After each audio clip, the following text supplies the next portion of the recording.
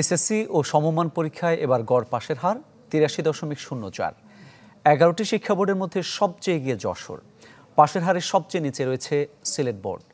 গত বছরের তুলনায় অংশগ্রহণকারী কম থাকলেও পাশের হার বেশি, তবে কমেছে GPA-5 এর সংখ্যা।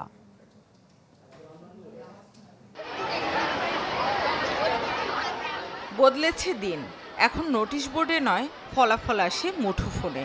তবুও কমেনি আবেগ উচ্ছ্বাস। একটু খারাপ লাগতেছে, but still at the end of the day happy. আম্মু অনেকক্ষণ আমাকে জড়িয়ে ধরে রাখলো। ফলাফল আশার উপরেই হয়েছে। এবার একটু কোয়েশ্চেন কঠিন ছিল, তো এবার একটু ভয় লেগেছিল, কিন্তু রেজাল্ট পেয়ে আলহামদুলিল্লাহ অনেক ভালো লাগছে। ঢাকের তালে ঢোলের বাদ্যে সতীর্থ আর সহপাঠীদের উন্মাদনায় সামিল হন কোনো অভিভাবকও। খুব ইমোশনাল হয়ে গেছি, যাকে আল্লাহর রহমতে আমার আল্লাহ সবকিছু, আল্লাহর কাছে হাজার লাখ শুকর, সবকিছু সুন্দরভাবে আমার হয়ে গেল। অনেক কষ্ট করছে, তো ফাইনালি ইটস পেড অফ, আমরা খুবই খুশি। ফলাফল বিশ্লেষণ করে শিক্ষকরাও মিলিয়ে নেন কতটুকু পড়ালেন, সামনে কিভাবে পড়াবেন।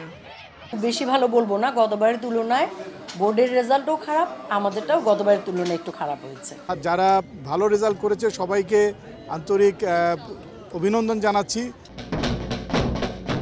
এবার এসএসসি ও সমমানের পরীক্ষায় অংশ নেন 20,13,000, যাদের মধ্যে উত্তীর্ণ হন 16,72,000-এর কিছু বেশি। 9টি সাধারণ বোর্ডে পাশের হার 83.77%, মাদ্রাসায় সেই হার 79.66 ও কারিগরিতে 81.38।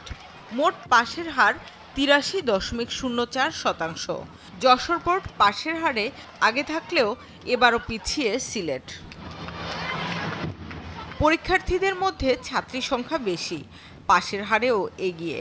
ছাত্রদের পাশের হার 81.57 থাকলেও ছাত্রীদের বেলায় তা বেড়ে 84.47%।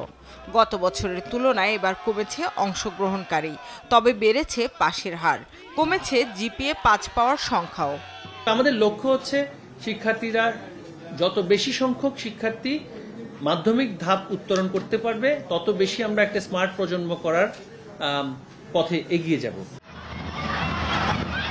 এবছর 2,968টি প্রতিষ্ঠানের সবাই উত্তীর্ণ হলেও 51টি প্রতিষ্ঠানের কেউ পাশ করেনি। শামিমা সুলতানা, চ্যানেল 24, ঢাকা।